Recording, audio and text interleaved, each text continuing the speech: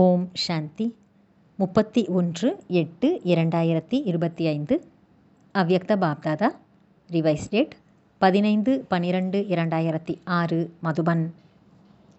நினைவு சுரூபமாக அனுபவ மூர்த்தியாகவும் ஆகி ஒரு வினாடியில் தீவிர வேகத்தின் மூலம் மாற்றத்தை கொண்டு வந்து கௌரவத்துடன் தேர்ச்சி பெறுங்கள். இன்று பாப்தாதா நாலா பக்கங்களிலும் உள்ள குழந்தைகளிடம் 3 விசேஷமான பாக்கியத்தின் ரேகைகள் அவர்கள் நெற்றியில் ஜொலிப்பதை பார்த்து கொண்டிருக்கின்றார்.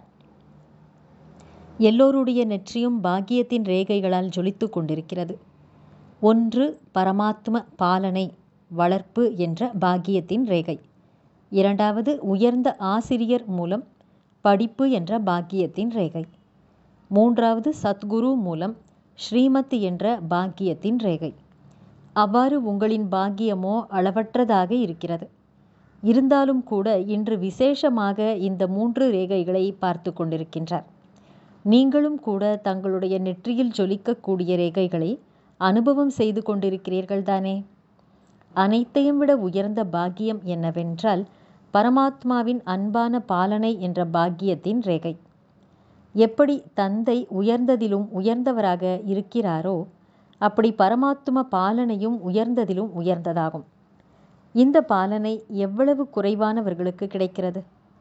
ஆனால் நீங்கள் அனைவரும் இந்த பாலனையை பெற தகுதியானவர்களாக ஆகியுள்ளீர்கள். இந்த பாலனை அல்லது வளர்ப்பு முழு கல்பத்தில் குழந்தைகளாகிய உங்களுக்கு ஒரே ஒரு முறைதான் கிடைக்கிறது. இப்பொழுது இல்லை என்றால் வேறு எப்பொழுதும் கிடைக்க முடியாது. இந்த பரமாத்ம பாலனை, பரமாத்ம அன்பு, பரமாத்ம பிராப்தி அல்லது பலன்கள் கோடியில் ஒரு சில ஆத்மாக்களுக்கு மட்டுமே அனுபவம் ஆகிறது. நீங்கள் அனைவரும் அனுபவசாலிகள் தானே? அனுபவம் இருக்கிறதா? பாலனையின் அனுபவமும் படிப்பு மற்றும் ஸ்ரீமத்தின் அனுபவமும் இருக்கிறது தானே? அனுபவ மூர்த்தி தானே? எனவே சதா தங்களுடைய நெற்றியில் இந்த பாக்கியத்தின் நட்சத்திரம் ஜொலிப்புடன் தென்படுகிறதா? சதா தென்படுகிறதா?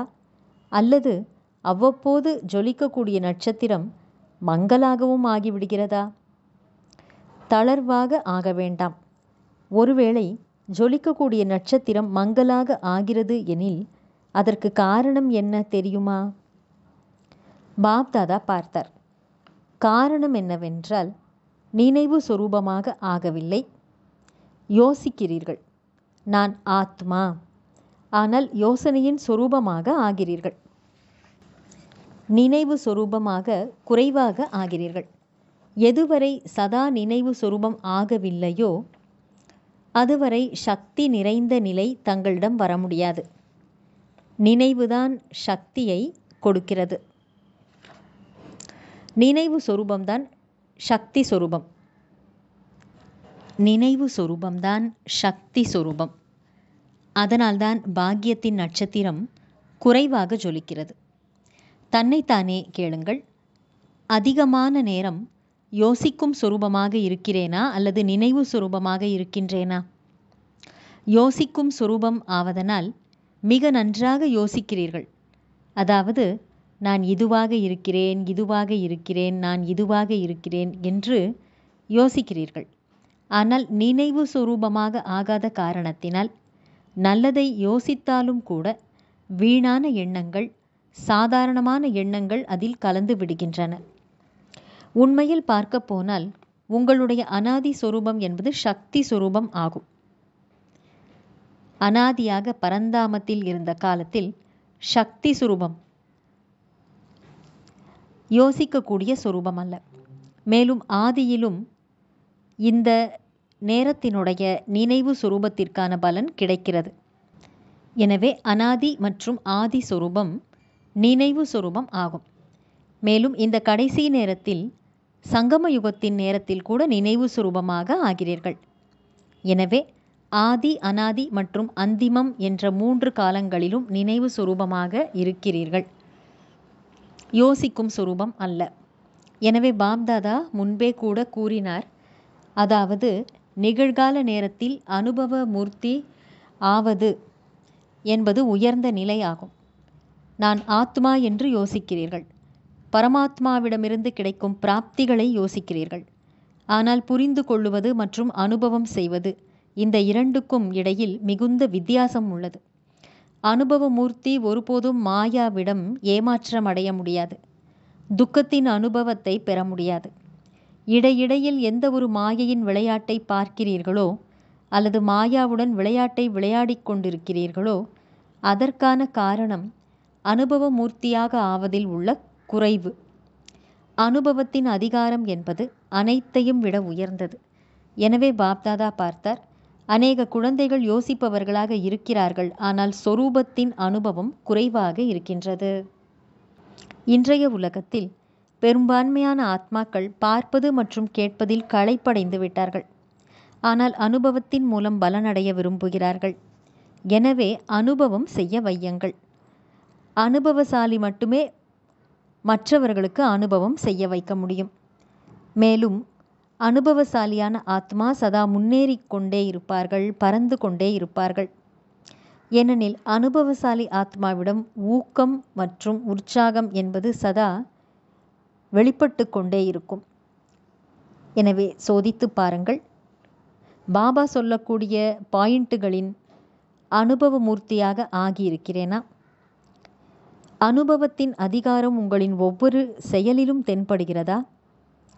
ஒவ்வொரு செயல், ஒவ்வொரு எண்ணம் அனுபவத்தின் அதிகாரத்தின் அடிப்படையில் இருக்கிறதா அல்லது வெறும் புரிந்து கொண்டதன் அடிப்படையில் உள்ளதா? ஒன்று புரிந்து கொள்வது, இரண்டாவது அனுபவம் செய்வது. அதாவது ஒவ்வொரு பாடத்திலும் அனுபவசாலியாவது. ஞானம், யோகம், தாரணை, சேவை, இப்படி ஞானத்தினுடைய விஷயங்களை வர்ணனை செய்வது. வெளி உலகத்தில் கூட பேச்சாளர்கள் நிறைய பேசுகின்றார்கள். ஆனால் ஒவ்வொரு விஷயத்தின் அனுபவ சுரூபமாக ஆகுவது என்பதுதான் ஞானம் நிறைந்த ஆத்மா ஆவதாகும். யோகா செய்ய வைப்பவர்கள் அநேகம் பேர் இருக்கிறார்கள். யோகத்தில் அமருபவர்கள் அநேகம் பேர் இருக்கிறார்கள். ஆனால் யோகத்தின் அனுபவம், அதாவது சக்தி சுரூபம் ஆவது என்பது வேறு. சக்தி சுரூபத்தில் இருக்கிறோம் என்பதை எப்படி கண்டறிவது? எந்த நேரத்தில் எந்த சக்தி தேவையோ அந்த நேரத்தில் அந்த சக்திக்கு அழைப்பு கொடுத்து தடையற்ற சுரூபமாக ஆக வேண்டும். ஒருவேளை ஏதேனும் ஒரு சக்தியின் குறைவு இருக்கிறது, வர்ணனை செய்கிறோம் ஆனால் சொரூபமாக ஆகவில்லை என்றால் சரியான நேரத்தில் ஏமாற்றம் ஏற்பட முடியும். சகிப்புத்தன்மையின் சக்தி வேண்டும் என்ற இடத்தில் நீங்கள் எதிர்கொள்ளும் சக்தியை பயன்படுத்தினீர்கள் என்றால் யோகம் நிறைந்த அனுபவி சொரூபம் என்று அழைக்கப்பட மாட்டீர்கள். 4 பாடங்களிலும் நினைவு சுரூபம் அல்லது அனுபவ சுரூபத்தின் அடையாளம் என்னவாக இருக்கும்? 1. ஸ்திதி, அதாவது மனோநிலையில் நான் ஒரு கருவி என்று கருதுவது. 2. விருத்தி, உள்ளுணர்வில் சதா சுபமான, ஆன்மீகமான மற்றும் சுயநலமற்ற எண்ணங்களை சிந்திப்பது. 3. வாயு மண்டலத்தில் மற்றும் சம்பந்தம் தொடர்பில் சதா பணிவான நிலையில். 4. பேச்சில் சதா தூய்மையான வார்த்தைகள் பேசுவது. இந்த விசேஷத்தன்மைகள் அனுபவ மூர்த்தியிடம் ஒவ்வொரு சமயமும் இயற்கையான சுபாவமாக இருக்கும், நேச்சுரல் நேச்சராக இருக்கும். இப்போது அநேக குழந்தைகள் அவ்வப்போது சொல்கிறார்கள், அதாவது நாங்கள் விரும்பவில்லை இவ்வாறு செய்ய வேண்டும் என்று, ஆனால் என்னுடைய பழைய சுபாவம் அப்படி இருக்கிறது. இயற்கை தன்னுடைய காரியத்தை இயற்கையாகவே செய்கிறது, யோசிக்க வேண்டியதில்லை. ஆனால் இயற்கை தன் காரியத்தை இயற்கையாக செய்கிறது. எனவே உங்களை நீங்களே சோதனை செய்யுங்கள். என்னுடைய இயற்கையான சுபாவம் என்ன? ஒருவேளை எந்த ஒரு பழைய சுபாவமும் இம்மி அளவு இருந்தாலும் கூட ஒவ்வொரு சமயமும் அது வெளியே வந்து வந்து பக்காவான சமஸ்காரமாக ஆகிவிடுகிறது. அந்த பழைய இயல்பு, பழைய சுபாவம், பழைய சமஸ்காரத்தை அழிப்பதற்கும் விரும்புகிறீர்கள், ஆனால் அழிக்க முடியவில்லை. காரணம் என்ன? அனைத்து விஷயங்களிலும் ஞானம் நிறைந்தவராக ஆகிவிட்டீர்கள். ஆனால் எதை நடக்கக்கூடாது என்று விரும்புகிறீர்களோ அது நடந்து விடுகிறது. காரணம் என்ன? மாற்றம் செய்து கொள்ளும் சக்தியில் குறைவு இருப்பதுதான் காரணம். பெரும்பான்மையானவர்களிடம் பாப்தாதாவிற்கு தென்படுவது என்னவென்றால், மாற்றத்தினுடைய சக்தியை பற்றி புரிந்துள்ளீர்கள், வர்ணிக்கவும் செய்கிறீர்கள். ஒருவேளை மாற்றத்தின் சக்தி என்ற தலைப்பில் எழுத கூறினால் அல்லது சொற்பொழிவு செய்ய கூறினால், மிகவும் புத்திசாலிகளாகிய நீங்கள் மிக நல்ல சொற்பொழிவை செய்ய முடியும், எழுதவும் முடியும். மேலும் மற்றவர்கள் யாரேனும் வந்தால் அவர்களுக்கு மிக நல்ல முறையில் புரிய வைக்கவும் முடியும். இதில் சிரமம் ஏதும் இல்லை. மாற்றம் அடைந்து விடுங்கள் என்று மற்றவர்களுக்கு புரிய வைக்கிறீர்கள்.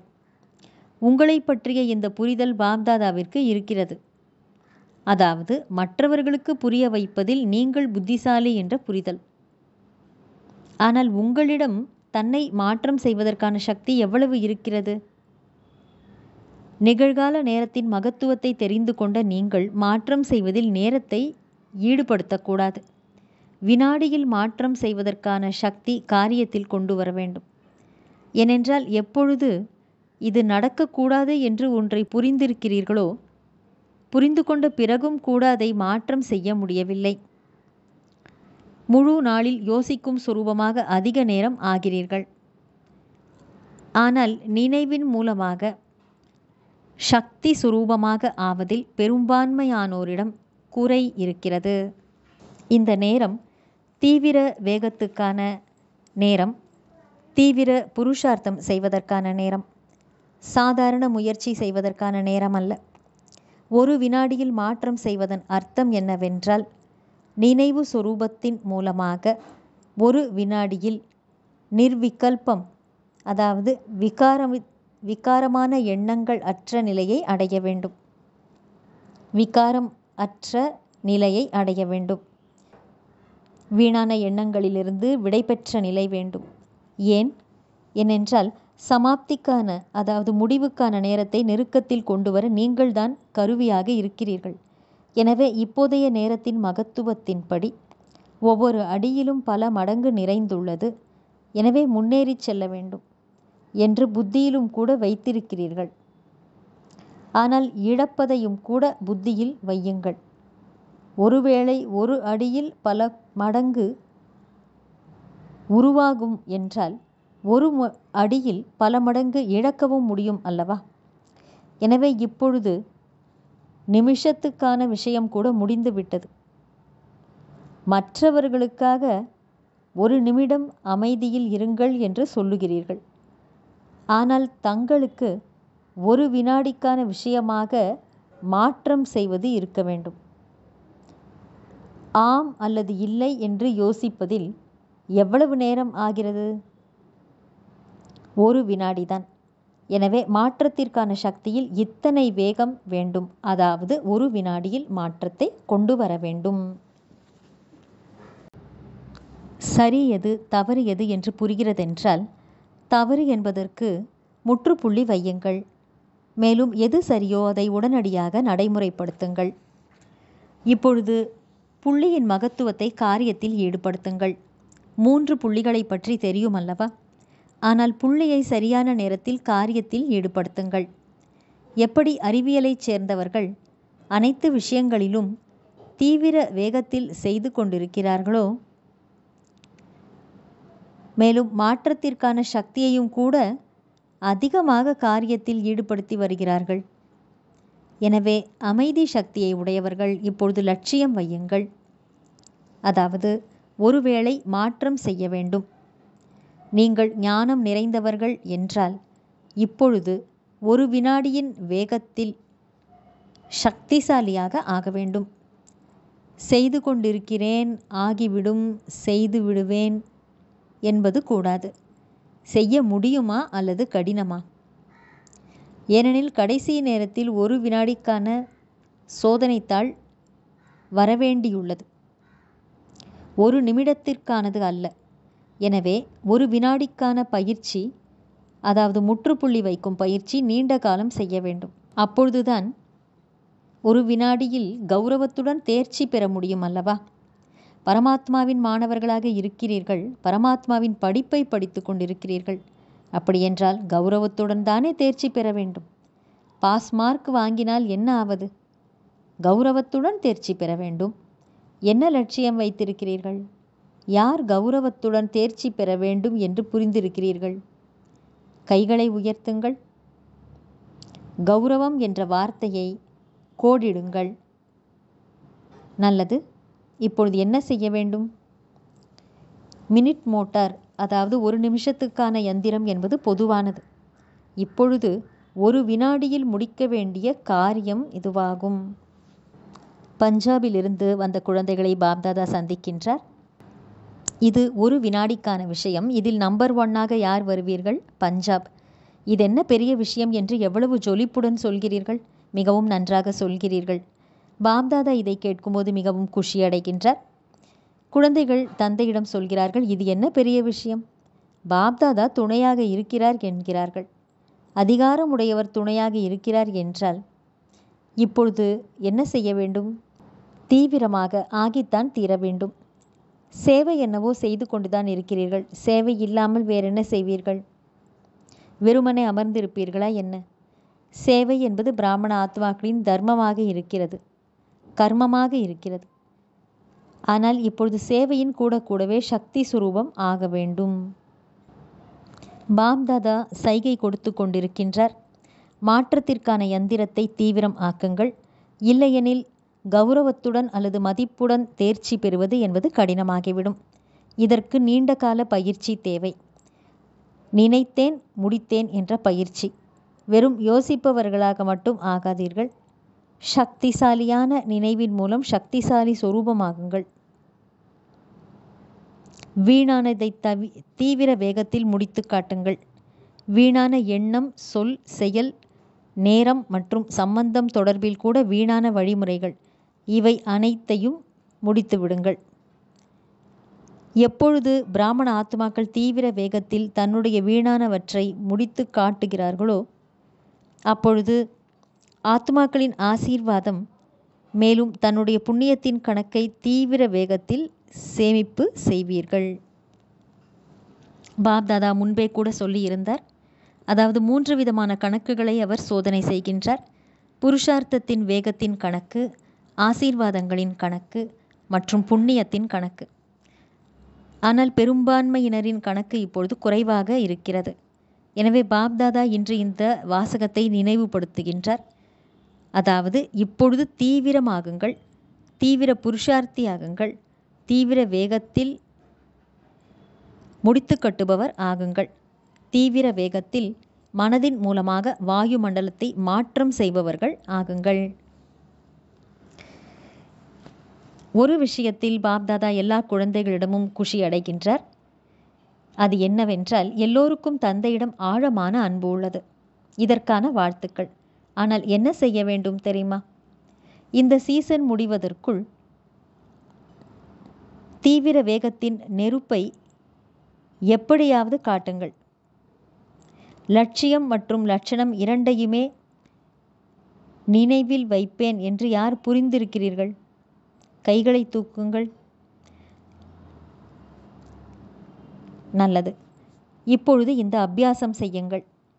ஒரு நொடியில் நிர்விகல்ப நிர்வியர்த்த சங்கல்பம், அதாவது விகாரம் அற்ற, வீணானவை அற்ற சங்கல்பம் உடையவராகி, ஒரு பாபாவை தவிர எனக்கு வேறு யாரும் இல்லை என்ற ஒரே ஒரு சங்கல்பத்தில் மனதை ஒருநிலைப்படுத்தி அமர முடியுமா? வேறு எந்த சங்கல்பமும் இருக்கக்கூடாது. ஒரே ஒரு சங்கல்பத்தினுடைய ஒருநிலைப்பாட்டின் சக்தியினுடைய அனுபவத்தில் அமருங்கள். நேரம் எடுத்துக்கொள்ளக்கூடாது. ஒரு நொடியில் செய்ய வேண்டும். நல்லது. 4 பக்கங்களிலும் உள்ள குழந்தைகள் யாரெல்லாம் விசேஷமான அன்பு நினைவுகளை அனுப்பி இருக்கிறீர்களோ அந்த ஒவ்வொரு குழந்தைக்கும் அவர்கள் பெயரை நினைவு கூர்ந்து அன்பு நினைவுகள் மற்றும் உள்ளத்தின் ஆசீர்வாதங்களை ஏற்றுக்கொள்ளுங்கள். பாப்தாதா பார்த்து கொண்டிருக்கிறார். அனைவர் உள்ளத்திலும் இந்த எண்ணம் வருகிறது. அதாவது பாபா என்னையும் நினைக்க வேண்டும், என்னையும் நினைக்க வேண்டும் என்று. ஆனால் குழந்தைகளாகிய நீங்கள் எப்பொழுது சங்கல்பம் செய்கிறீர்களோ அப்பொழுதே அந்த சங்கல்பம் பாப்தாதாவிடம் வந்து சேர்ந்து விடுகிறது. எனவே அனைத்து குழந்தைகளுக்கும் ஒவ்வொருவரின் பெயரையும் நினைவு கூர்ந்து மேலும் விசேஷமான முழுமையான அன்பு நினைவுகளை கொடுத்து கொண்டிருக்கின்றார். எனவே சதா நினைவு சுரூபமாக, சக்தி சுரூபமாக, அனுபவ சுரூபமாக இருக்கும் அனைத்து சிரேஷ்டமான குழந்தைகளுக்கு, சதா நினைப்பதை உடனே முடிக்கும் குழந்தைகளுக்கு, உடனடி தானத்திற்கு எப்படி மகத்துவம் இருக்கிறதோ அப்படி உடனடி மாற்றத்திற்கும் கூட மகத்துவம் இருக்கிறது. எனவே உடனேயே மாற்றம் செய்யக்கூடிய, உலகத்தை மாற்றம் செய்யும் குழந்தைகளுக்கு சதா பரமாத்மாவின் வளர்ப்பு, பரமாத்மாவின் அன்பு மற்றும் பரமாத்மாவின் படிப்பு, மேலும் பரமாத்மாவின் ஸ்ரீமத்தை ஒவ்வொரு காரியத்திலும் ஈடுபடுத்தக்கூடிய மகாவீர் குழந்தைகளுக்கு சதா தைரியம் மற்றும் ஒருநிலைப்பாடு, ஒற்றுமை மூலமாக நம்பர் 1 தீவிர புருஷார்த்தம் செய்யக்கூடிய குழந்தைகளுக்கு பாப் தாதாவின் உள்ளத்தின் அன்பான நினைவுகள் மற்றும் உள்ளத்தின் ஆசீர்வாதங்கள் மற்றும் நமஸ்தே.